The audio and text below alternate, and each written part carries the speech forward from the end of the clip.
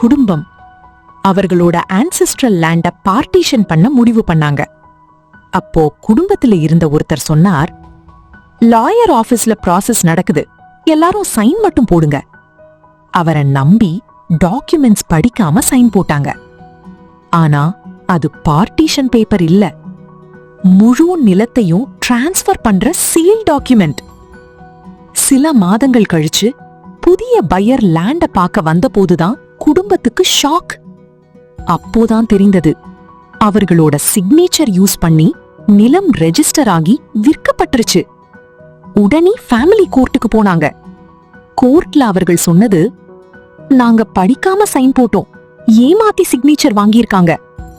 ஆனா கோர்ட் ஒரு முக்கியமான விஷயம் சொன்னது, டாக்குமெண்ட்ல நீங்களே சிக்னேச்சர் போட்டிருக்கீங்க, அதனால் ப்ரூஃப் கொடுக்கணும், ஃபோர்ஜரி அல்லது சீட்டிங் நடந்ததை நிரூபிக்கணும்.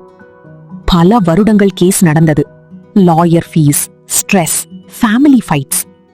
ஒரு கேர்லெஸ் சிக்னேச்சர் காரணமாக முழு குடும்பமும் கஷ்டப்பட்டாங்க. படிக்காத டாக்குமெண்ட்ல எப்போதும் சைன் பண்ணாதீர்கள்.